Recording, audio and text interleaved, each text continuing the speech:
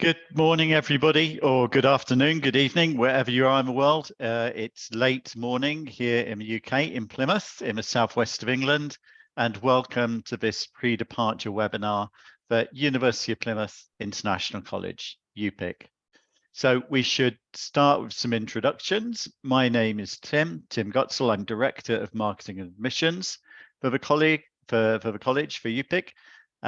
And I'll pass over to my colleagues to introduce themselves. Hello, everyone. My name is Toby Joseph Johnson. I am the Student Experience Manager here at UPIC.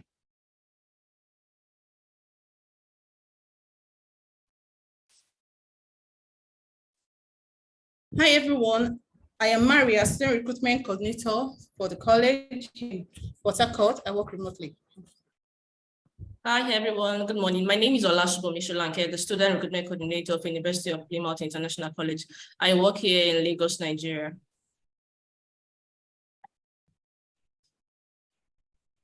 Joe, don't be shy. My name's Joe. I work at Clever Estate Agents. We work in partnership with UPIC for providing accommodation to you guys once you've came over. Great, thanks everybody.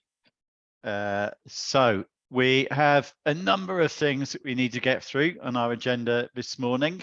Loads of useful information that we're going to share with you. Please feel free to ask any questions you have as we're going along. Perhaps best to do that in the chat while we're going through the presentation, but we'll certainly leave time at the end for any other questions you might have. And we'd love to hear your voices at the end as well. So the kinds of things we're going to cover this morning. So we'll introduce you to the team and to the student experience team here in the college. We'll talk you through the student hub services of the university. So that's things like welfare, counselling, immigration advice. As Joe mentioned, he works with our accommodation provider. So we'll talk through all of the accommodation options with you. All of the really important dates, so dates for UK arrival, semester dates as well, and the exam dates. We'll give you travel information, how to get to Plymouth, so not just how to get to the UK, but how to reach us here in Plymouth once you've landed. We'll talk through visa issues, describe a medical centre to you, talk through, and this is really important, all of the induction week activities. Great if you can attend all of those. We recommend it very strongly because you will then have a kind of a real head start to begin your studies with all of the background information you need. So there's a series of welcome talks and events there. We'll describe the Students' Union to you, so your representatives here on campus among the student body. And we'll also take you through our social media because there's lots of useful information there and a great way to get a flavour of what it's like to be a student here in Plymouth and also to live in the city. So that's our agenda. It should take us about half an hour to go through. As I mentioned before, we'll certainly give time for any questions that you have as we work through. So Toby, would you like to start by describing the student experience team here in the college? Yes, definitely. Hello, everyone again. In regards to the student experience team, it consists of 4 other members of staff, includes the Director of Student and Academic Services and 2 student experience officers. All of us together form the student experience team. By student experience, this includes everything from your first application query to an accommodation booking with myself and us liaising with our partner accommodation provider, Joe Behan and Stay Clever. And yeah, just from your day-to-day studies with us, your academic studies, submitting assignments, liaising with your tutors, integrating into the university itself through the Students' Union. No question is too small or big. We're very experienced. Most of us have also actually studied here at the University of Plymouth as well. So we have that added advantage of understanding the city and how it's changed and what we can do to provide you that best student experience moving forward.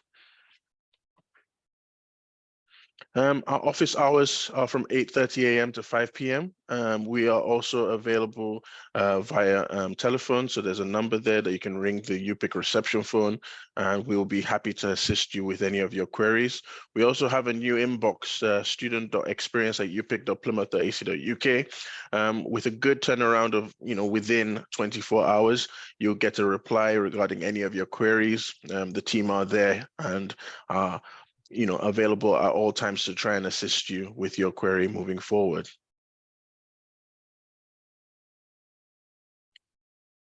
The Student Hub, which is a separate department located on the campus, which all UPIC students have access to, is located in the University Library. As you walk into the University Library on your left, you come into the Student Hub, and there are various types of individuals who are professionals in these different areas, from welfare to counseling to disability and dyslexia to student center and immigration.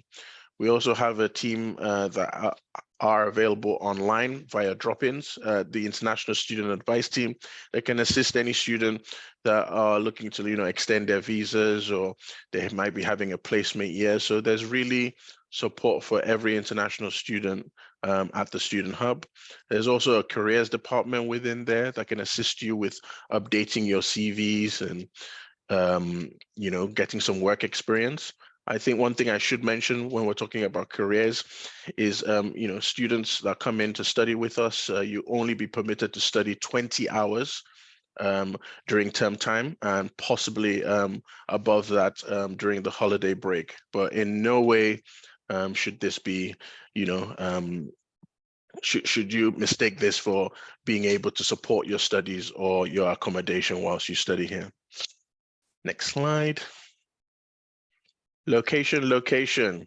What can we say about Plymouth? Well, it's the Britain's ocean city, population of just under 250,000. And it's, as you can see there, GQ magazine called it the coolest little city by the sea. Joe happens to be a Plymouth graduate, just like myself, a bit younger, as you can imagine. Joe, what can you tell us about the city, the location?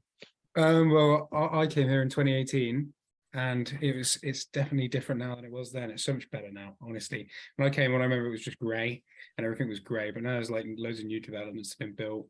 Like all the social life is a bit better. There's loads more places around to go. It's nice. Just can't really go wrong. I mean, I'm staying here after I've finished, so I think that speaks for itself. Fantastic. And what did you study, Joe, when you were here? I did marketing, so that's at the business school. So, and in my first year, like all the other business courses, you basically do the same year as all the courses. So if you're going to do business management or something along those lines, you'd still do, economics module and accounting module, like HR module. And then it means if you got to the end and you fancy, I really enjoy the economics side of things, I think it's easier to transfer. Fantastic. So, it's cool. And were there loads of international students in your class as well? I think there was a fair amount. I think it was a pretty even split, but you don't really notice because everyone works together anyway. So fantastic. Thanks, Joe. So whilst we're talking about location, I'm just going to tell Tim to come off his presentation for a minute, and I'm going to take you on a little drone flight in and around Britain's ocean city itself. While you're setting that up, Toby, it's probably worth mentioning, isn't it, that 250,000 may not sound like a very large population, but the city also is a regional centre. So it provides services, shopping, hospital, theatre, cinema to people from lots of neighbouring towns and villages as well. So it has a real kind of big city vibe with all of the facilities you'd expect to find in a big city. But as you can see now from the view that Toby's brought up there, it's quite compact as well. So everything is within very easy walking distance. The university, the waterfront, the main shopping mall, everything's very conveniently located, and all of the student accommodation very close by as well. And Joe's office is just right over here by the reservoir. So overlooking one of the facilities, the Nancy Astor building, which is home to our Faculty of Health department. So most of our nursing and healthcare students will be in this building right here, which is Portland Square building. It's also important to know that in the next few months, a new Faculty of Health building will be launched for all of you who arrive via the train station. called the Intercity Place. It's currently under development. One thing that Joe mentioned, which is a very good point, is Plymouth and the university, there's always developments constantly being brought forward. There's always a new building coming up, new facilities for students to take advantage of. We currently have 2 facilities which are being redeveloped, the Intercity Place and also Babbage Building. So many of you will come and see, you know, really good high-tech facilities that you'd be able to access, which is fantastic. I think it's very important that we start off for where you'll be studying. I'm sure you want to know whether it's on campus, which it is. We are just right here where my cursor is, if any of you can see that, right close to the roundabout, right opposite the train station. So this is the Intercity Place that I was talking about. It's going to be the new space to train and develop the next generation of nurses, paramedics, and allied health professionals. Should be, I believe, up and running come September. So for any of you who join us during May, for any of you who are progressing to the university at that point, you're going to have access to that brand new facility, which will be very good. There's also the MDEC building, which is close to the train station. From a location point of view, Plymouth is about 3 hours to 3.5, 3 to 3.5 hours away from London. For most of you will be arriving around London, Heathrow or Gatwick. Some of you might, you know, want to travel in from Bristol. It's also a good, we have good connection links between here and those major airports. We also have a coach station that's located in the city center. As you can see, we can see most of Plymouth in this shot here, but everything is in a really good walking distance. So you wouldn't need to access any transport links. I mean, maybe when you're doing a food shop, you probably need to book a taxi to carry some extra shopping, but most of us tend to walk into work, which is fantastic. So you save on those extra costs. One of the other reasons why we're called Britain's Ocean City, Tim, I know you take a few long walks around here and have also taken a boat ride at some point. What do you think then? It's great. This, what you can see there, so along the Hoe with the green space on the waterfront, that's part of my morning walk into work. So I walk along here and then down through the city centre to get to work, and it's a great way to start the day. On this green space here that you can see, every year the university puts up a giant marquee, very impressive marquee, and that becomes the space for the graduation ceremony. So as you can imagine, that's a fantastic place to have a graduation. And you can step outside after the ceremony, have all your photos taken with the sea as a backdrop, which is a wonderful experience on a fine summer's day. You see the lighthouse there in the center of the shot. That's kind of an icon for Plymouth, for a red and white striped lighthouse. So many people will recognize that. That's Smeaton's Tower. You'll see that in a lot of our information materials as well. Absolutely. And also the marine station, which we can come to as well, leads off to Sutton Harbour and also the Barbican.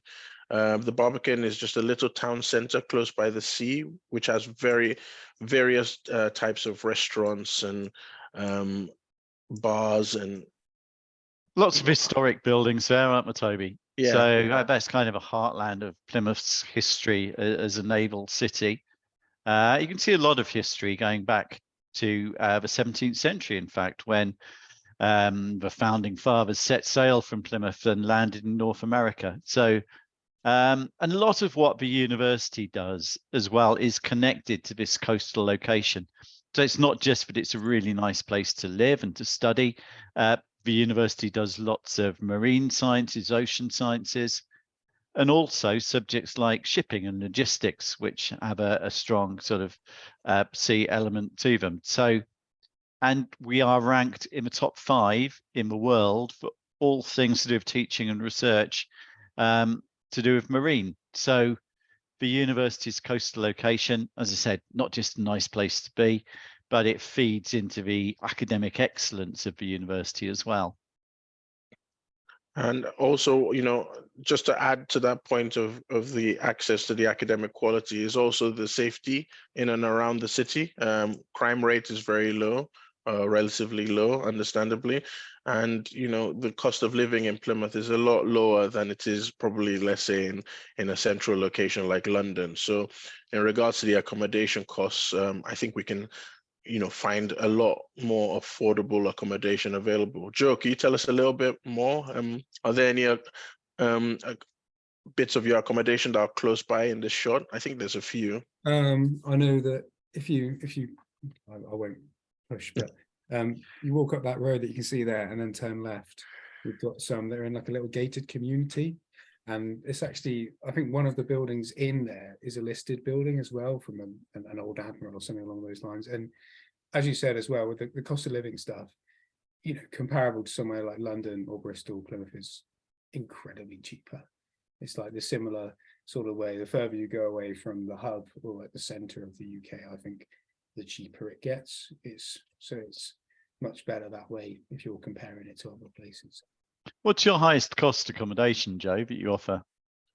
Off the top of my head, I think it's all relative though, because it depends if you wanted, a studio apartment or if you were looking to single rooms, it would probably be along the lines of, a luxury studio flat would probably be, I'd say, 180 to 200 pounds, depending on time, and that's per week.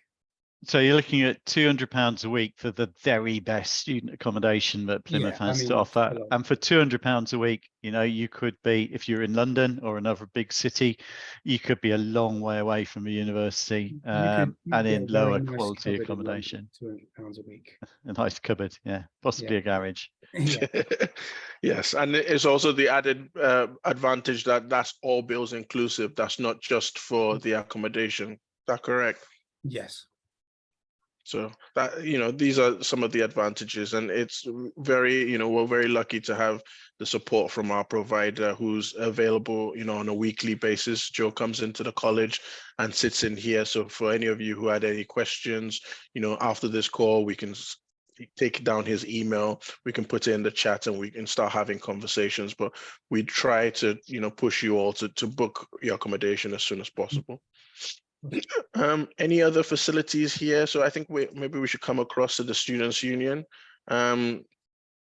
We've been very fortunate to have sabbatical officers in post at the university that have graduated from UPIC here at the college. We've had a couple presidents of the Students' Union at some point, and for the current academic year we don't, but moving forward, it's nice to know that you'd have that opportunity should you take advantage of all the services available to you.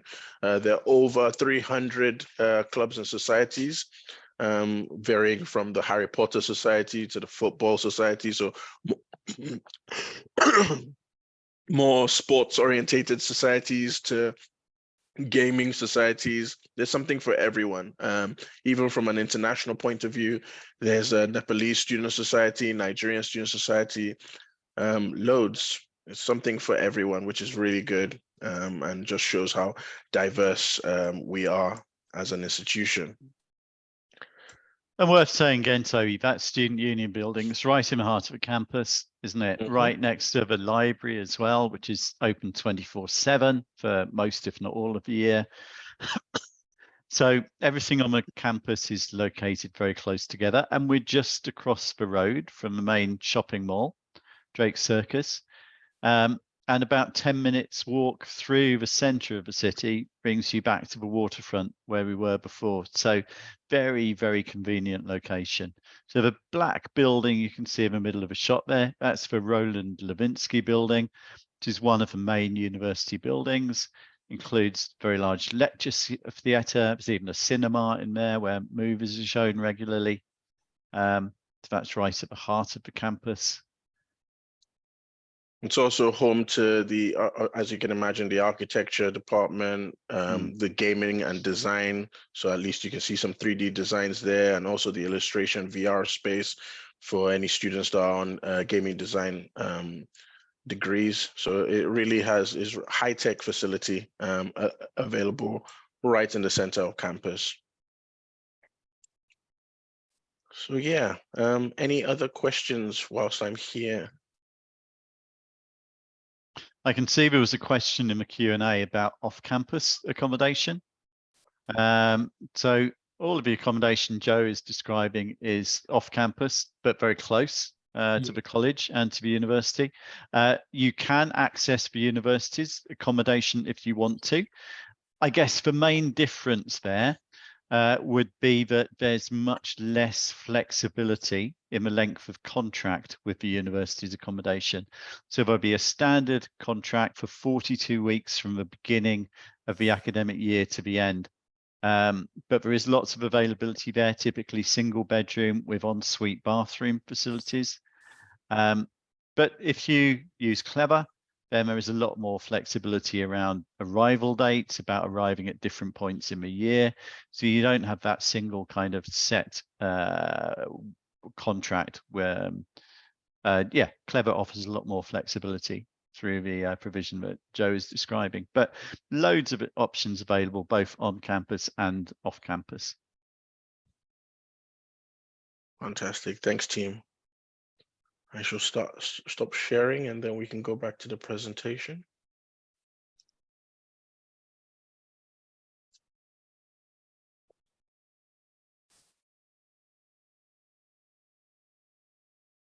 Are you seeing that again? Yep. Excellent. So the coolest little city by the sea, according to GQ magazine. We like that. Yes, we do. I'm not sure we need to say too much more about this because we've taken you on our virtual tour over the city, but that's kind of a map that shows you how close everything is located. The college just across the road from the train station, coach station in the city centre, university campus all around. Virtual tour, we've done that. Anything more, Joe, you'd like to say about the accommodation? Things like moving day help and Yeah, so so one of the benefits that we can offer is that, you know, whereas with other accommodation providers, you would just be going into an empty room, you know, we put together bedding packs and all those sort of things which you would forget. It's always the last thing you think of, and you're not going into then just what basically would be, you know, just the basics. You've got a little bit more there.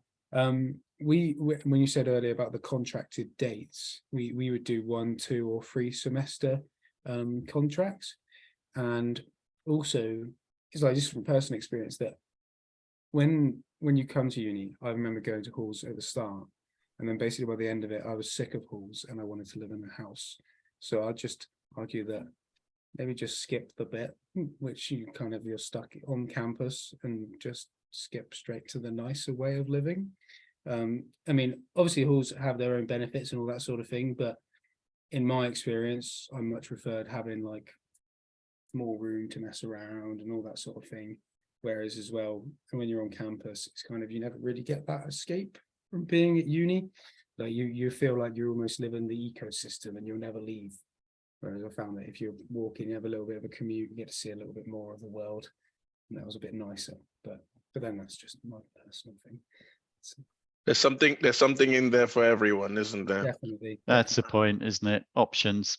Yeah. That's the freedom you've got, isn't it? You've got the world at your hands. Yeah, definitely. And, you know, definitely we appreciate the affordability. Tim and I don't like to use cheap. We like to use value for money. And that's absolutely what you offer from a service point of view, as well as, you know, the actual types of variations of accommodation available. So the en-suites, the flexibility of understanding that you're arriving during the middle of the semester. So quite a lot of students tend to go on holiday and break up from the semester during May, June. So the campus is a little bit more empty. So there's more options for students to come into for our arrivals next month. So it's really good. Yeah. But one thing we do have to say, and I'd emphasize on this call, is booking your accommodation as early as possible. Yes. Yeah, it makes everyone's lives easier, and it's, you know, it's that security, and you know you've got somewhere to come to. Or, you know, I would struggle with that, I think, but yeah. Fantastic. And do you do any virtual tours as well then, Joe? If any student? Yeah, we can do it, just on a request basis, because we've got so many properties. So, it's just we'd have to work it out from there, but it's something we offer, yeah. Fantastic. And I think the next slide after this, Tim, has just the details of what happens from step to step. So Joe, if you want to broaden on, from the point you received the accommodation booking on our website, what happens next? Okay, so once they've populated your UPIC form, that form will then get sent to us, and then we reply to that email with an offer of a property that we believe will be suitable for your sort of needs, and then you can accept or decline this offer or ask for more photos or anything along those lines. If you accept that, then we set up a tenancy and make payment. And once you're in the country, we'll send you a move-in date and a key collection date, and then you move in. Fantastic. See, simple as that. So It does sound so simple. Get applying, people. I will drop a copy of the booking form in the chat, so please all save that. Now, so we're talking about getting you. Thanks for that, Joe. Really appreciate it.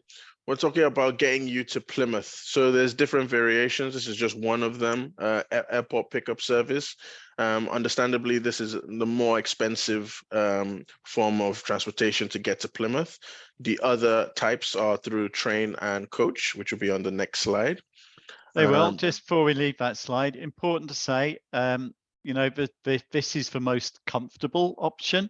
So if you use our airport pickup service, there'll be somebody there to meet you at the airport. So you just walk straight out of the airport into the car and you're brought down to Plymouth to the door of your accommodation. One thing we really, really strongly advise you not to do is come with a plan just to get in a taxi at the airport, because that will cost you many hundreds of pounds. So please don't expect to do that. Either use our airport pickup service, or there are lots of other ways you can get here, by train, by coach. Coach is probably the cheapest. You can book in advance. It will take a little bit longer by coach. It's a road journey, perhaps 4.5, 5 hours. Train can be really quick, 3.5 hours on the fast train from central London down to Plymouth. Yeah, so a number of different options, but just make sure that you're organised in advance, either through our pickup service or the train, or using a coach. As we mentioned before, both the train station and the coach station are right in the centre of the city. So from there, really not far to go at all to reach your accommodation. Yeah, and it's also important to mention that, the airport pickup can access other locations. It doesn't have to be London Heathrow. It could be Gatwick. It could be Bristol. At times, it could also be Newquay from down in Cornwall. So the options are there. I believe there's also train access and coach access from these different major airports as well. So no problem at all. Collecting your BRP. So most of you will be on, as you can imagine, most of you will be on a visa, a new student route visa. So BRP is a biometric residence permit, which will be collected at the post office once you arrive. It's very important that you email UKVI reporting at plymouth.ac.uk to inform them that you've arrived in the UK. Alternatively, you can just drop a email to the student experience team here, and we will notify the compliance team for you to meet those requirements. Medical center. So all students pay what we call an international health surcharge when you apply for your visa. At this point, you'll have access to the medical center on the university campus. You can also register any other general practice across the city. It's very important that you have a UK address. So that's why another reason why we want you to book your accommodation, because we won't be able to enroll you, nor will you be able to register at the medical center unless you've done so. You have access to the medical facilities, so you'd be able to see a GP if you needed any prescriptions. You'd also, for any general health issues, so maybe like a general cold, you can pop over to the pharmacist, who can assist you. There's Boots and Superdrug available in the city center, so you have that available to you.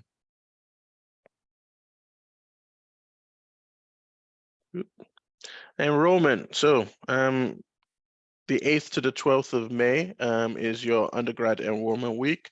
15th to the 19th is your postgraduate enrollment week. Understandably, you can arrive anytime, I believe, from now even, because most students, I believe your visas will be active probably from next week, I would say, for everyone. And yeah, you can start arriving. You can arrive as early as possible, book your accommodation, start preparations for enrollment. There's certain documents we'll need to complete your enrollment, understandably, your passport, a copy of your BRP, your phone number, and it's very important that we have a UK address. I can't emphasize on this more than I have done. It's very important that you book your accommodation. We'd also need to get some of your emergency contact details, email, phone number, and the address of 2 other people. During the enrollment week, we'll have welcome talks from program-specific managers as well as the college principal. And you'd have an induction essentially on the various ways of joining your classes. You'll be given access to your timetable. You'll be provided with an enrollment letter, which you can use to open a bank account. And yeah, the student experience team are here to just make you feel comfortable, give you an oversight of everything that's coming within those 12 to 13 weeks of study. So it's all about the soft landing. It's all about preparations. It's very important. One thing I would mention is probably the 8th of May is a public holiday. I believe it's the Coronation Day. So we won't be open on that day, but enrollments will carry on from the 9th all the way to the 19th of May. So if you have any questions, please reach out to the student experience team and we'll be there to assist you. Just a little bit more, so a bit of the important dates for arrival orientation, the undergrad and the postgraduate days, when classes officially start for each cohort. So from the 15th of May, if you're an undergrad student, and from the 22nd of May, if you're a postgraduate student. Look at that, I've just received an accommodation booking. Fantastic. Call to action. It also has details of the last day of enrollment. So it's very important that you get enrolled with it as soon as you get here. If you're arriving in the UK, please come to Plymouth. Don't go stay with a cousin or an in-law in another city. Come to Plymouth, get yourself sorted before you start any traveling. September 2023 shows when fees are due for any of you who are on a 2-semester program, mostly for any foundation student who's joining us. And it also has information of when your examinations will be between the 7th and 11th of August, with the end of semester being on the 11th of August. Going to talk a bit about the sabbatical officers, Tim? Yeah, sure. I think an important point to make here is that when you come to UPIC, you come to the college, you're already a part of the university community. So you have access to all of the students' union and all of the other university facilities that every other university student does.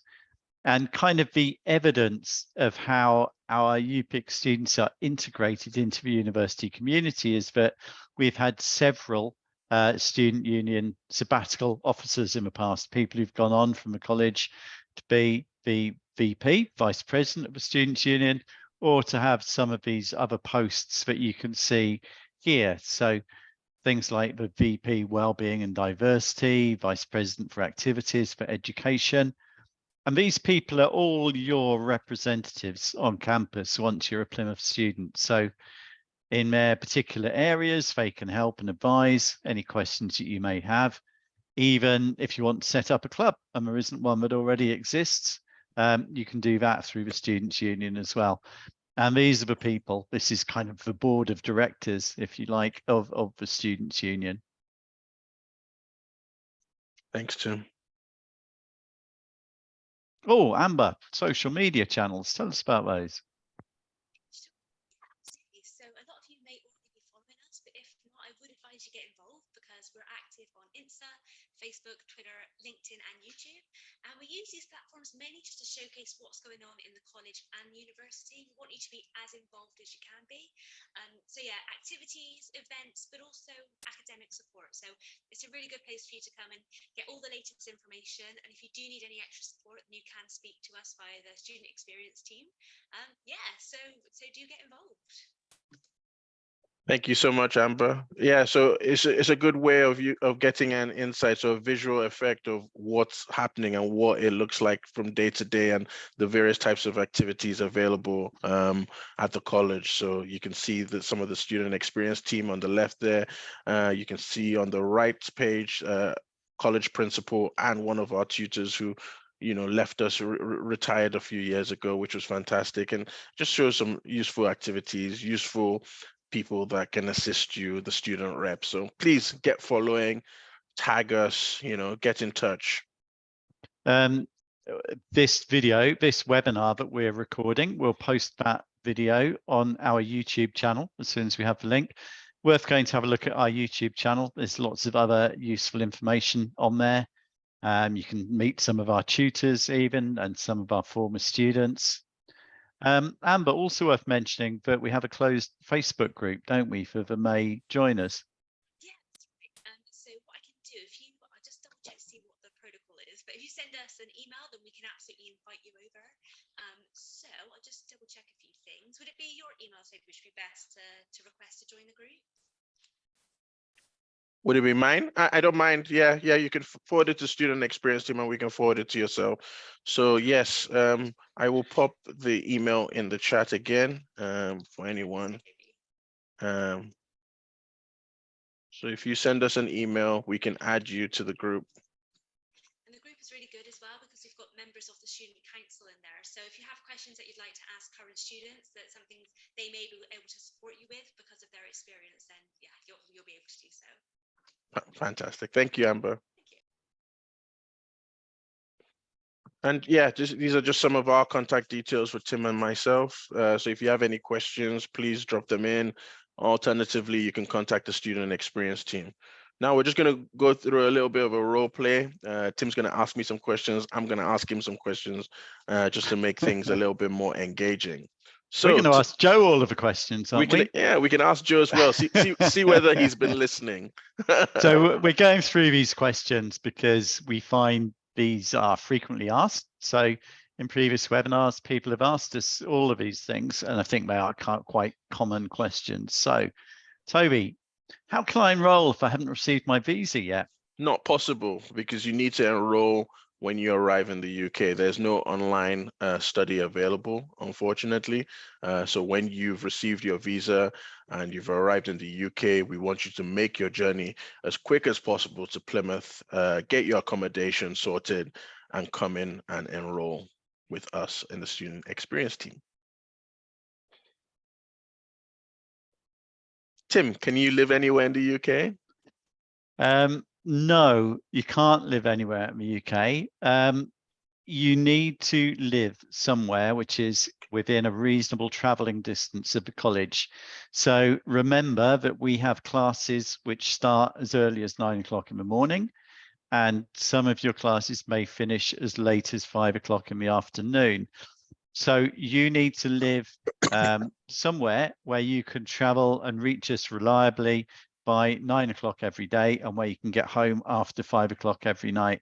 So don't just think about distance, think about the transport that you're going to use. Some places can be further away but easy to reach. Some could be closer but much harder to reach. But that's the basic rule. You have to live somewhere where you can easily get to and from the college every day. You won't have classes from 9 to 5 every day, but you do need to expect to be able to get here around those hours. So no, you can't go and live with family in Manchester or Birmingham and think you can be a Plymouth student. It does have to be within reasonable traveling distance of the college here. And as we've described to you already, lots of different accommodation options available, all really good value. Toby, can I work to fund my studies and my accommodation? Unfortunately not. I would say if you're going to work to fund anything, it might just be little pocket money here and there. I would say. But I can work full time, can't I? That would meet all of my costs. No, absolutely not. Because as you can imagine, the costs are quite You won't be able to work within 20 hours a week, which is the requirement of your new student route visa, and be able to pay your studies and your accommodation. We want you here to engage with your studies, to engage with your tutors and some of the administration staff here. It will be very, very difficult to balance the two. And we don't advise any student to do that. When we signpost you across to the careers department, it's for a part-time job within those within that remit of 20 hours per week. Is that 20 hours a week the whole year or just during term time? During term time. So outside of term time, you are permitted to work outside of those hours. Thank you. When do I have to pay a second installment of my fees? So this doesn't apply to any student on this call that is a pre-masters or postgraduate student. But if you're on foundation program, your next installment of fees are due on the 14th of July. So we advise students, even before you leave your home country, to start making preparations for that next installment of fees to be paid. Do I need to buy a laptop, Tim? Absolutely, you need to have a laptop that you can use for your studies. So don't think that you can do everything on your phone. You can't, because you'll need access to basic packages like Word and Excel for spreadsheets. It doesn't need to be sort of the highest spec, most expensive laptop. If you have one, bring it with you. Or you can even buy second-hand laptops, which will be completely reliable in shops in Plymouth. Also, the university has computer rooms and lots of computers in the library, but you can access pretty much around the clock. But you're going to want to do work in your room, work at home as well. So yeah, we would strongly recommend buying a laptop. Yeah, and it doesn't have to be brand new. There's loads of secondhand shops in the middle of town center that you can access one of those, CEX, and we can advise you, you know, where to go on those things. No question is a stupid question, because we're all here to, you are here to be educated, and we're here to provide you some support. So if something seems too good to be true, please, you know, verify it with us in the student experience team, and we'll make sure that, you know, everything is good to go. What is the last day I can arrive in the UK, Tim, would you say? I would say that it depends if you're an undergraduate or postgraduate student. We'd recommend you're arriving as early as possible so you can get yourselves properly organized. So anytime from now.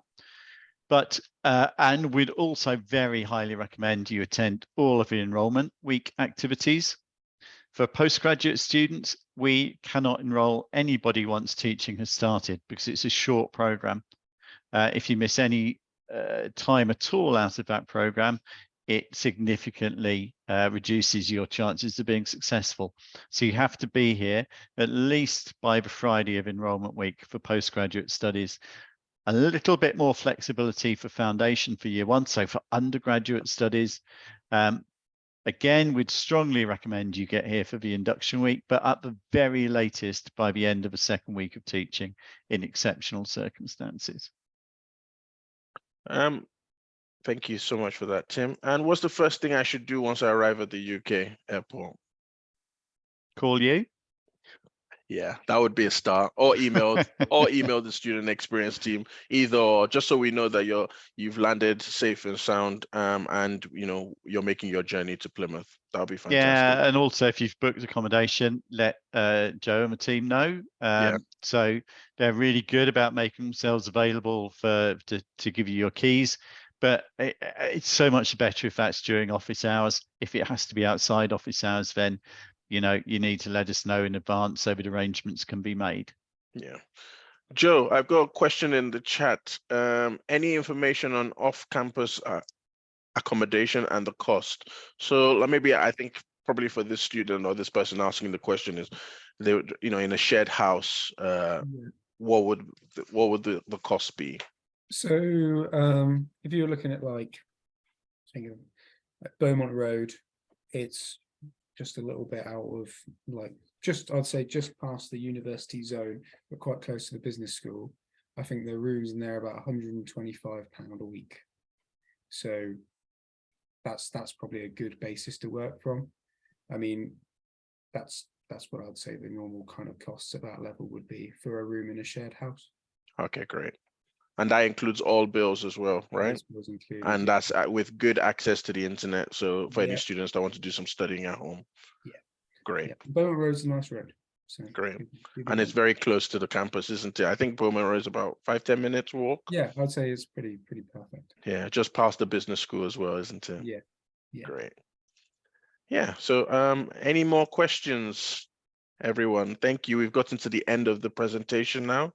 If you have any more questions, please put them in the chat. You got a very well experienced team here that are available to answer any of your questions.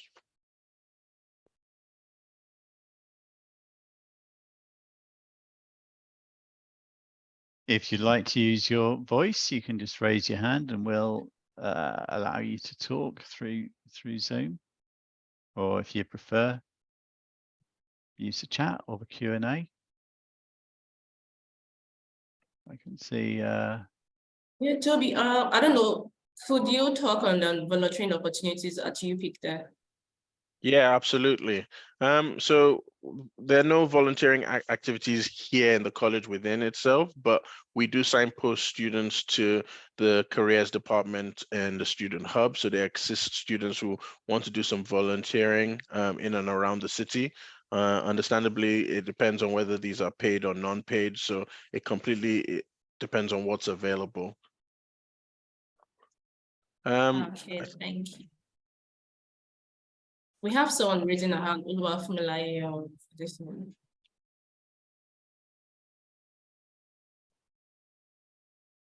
Hello, Hi, good From morning. Malayo Adesanya. Hello. Good morning. I'm joining from Nigeria.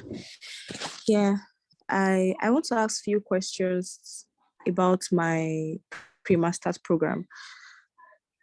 Please, Go can on. you hear me? Yes, we can hear Yeah, you Yes, loud sure. and clear. Please go ahead. Okay, I got a conditional offer for my pre-masters program for finance course, and I was asked to submit my HND certificate, which I sent a mail that it was not available because I graduated last year, 2022. Okay. So I submitted the notification of results and it was rejected. So I don't know what to do right now. I went to my school to request for a letter. I have sent the email with the letter, but I have not gotten any response till now. Okay, if you could do me a favor, Fumilayo, could you send an email to Tim? I'll put it in the chat. So if you take Okay. the message, just put an email together and send it across to Tim, and then we can take a look at that for you.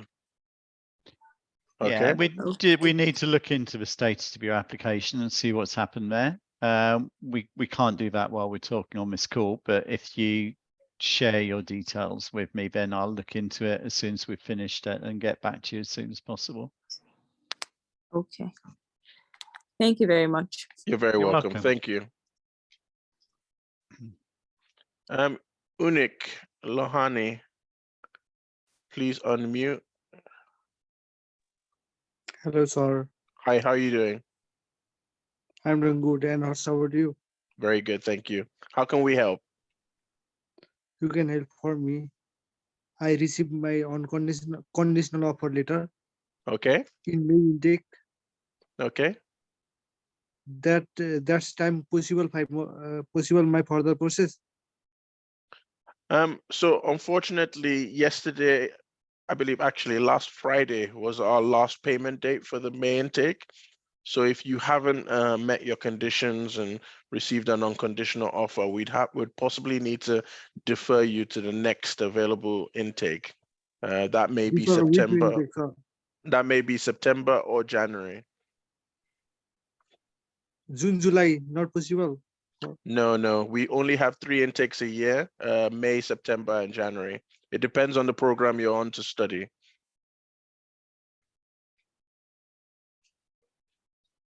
Oh, thank you, sir. You're very welcome. Thanks for coming today. Okay, thank you. I think we can take on more question. Hi, Jolene. Hi, can you guys hear me well? Yeah, we can hear you loud Jolene, and yeah. clear. Okay, I just was wondering if you could maybe explain the BRP thing again.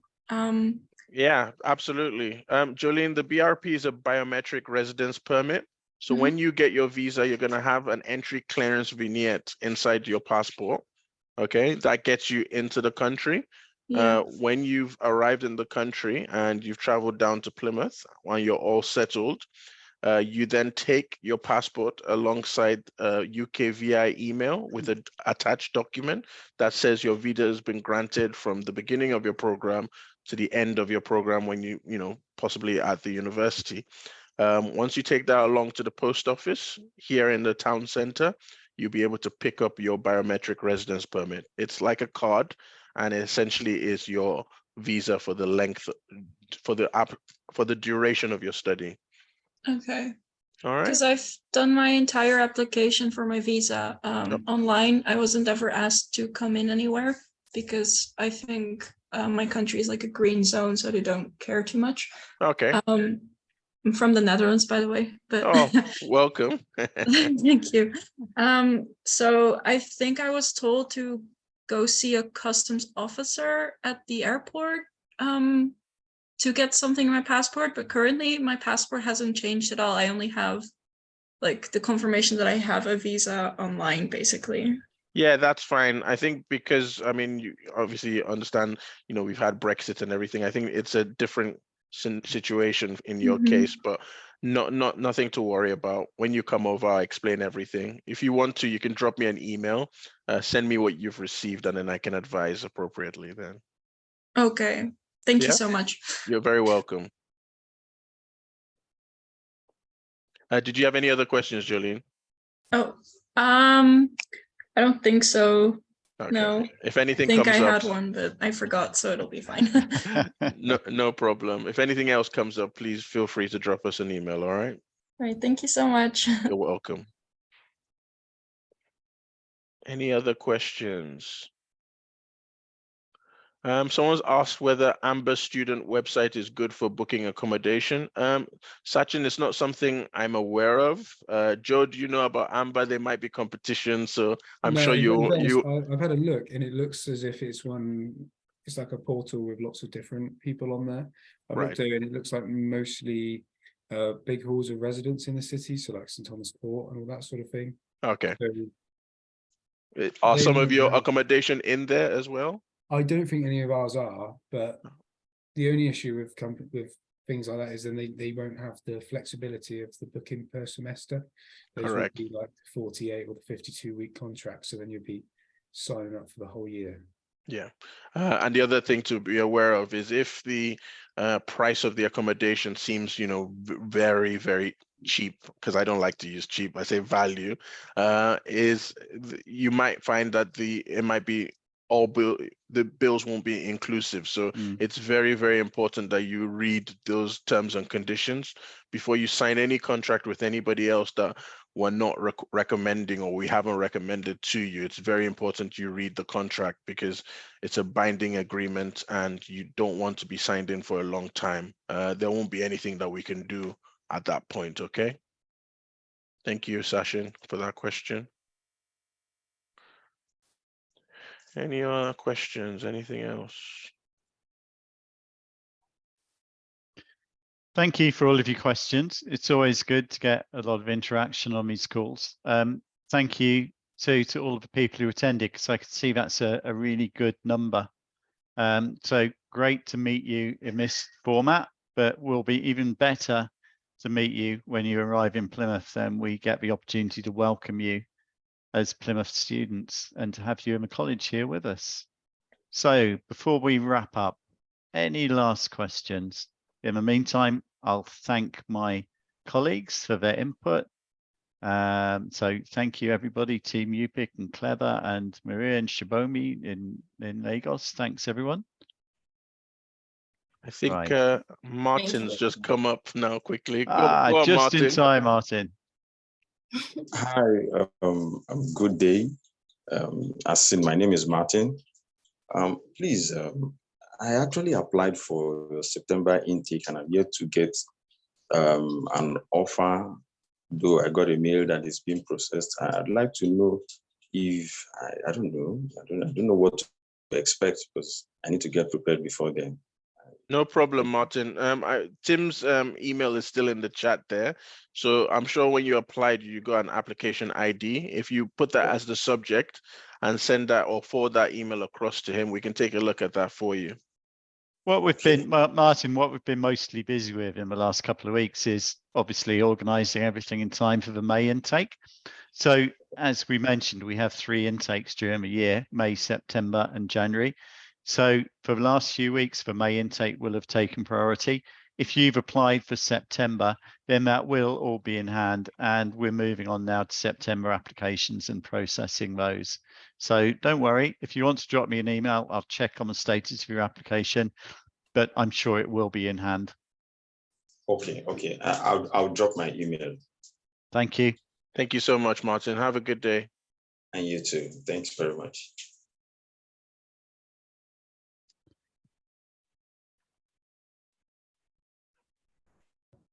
Okay. Fumilayo, is that you again? Fumilayo. Yes, sorry, it's me again. I just went through my email and I saw I sent an email to this particular email dropped in the chat last week. Okay, great. So we'll search that for you and we'll take a look. No problem, Fumilayo. Okay. Thank you so much. Great.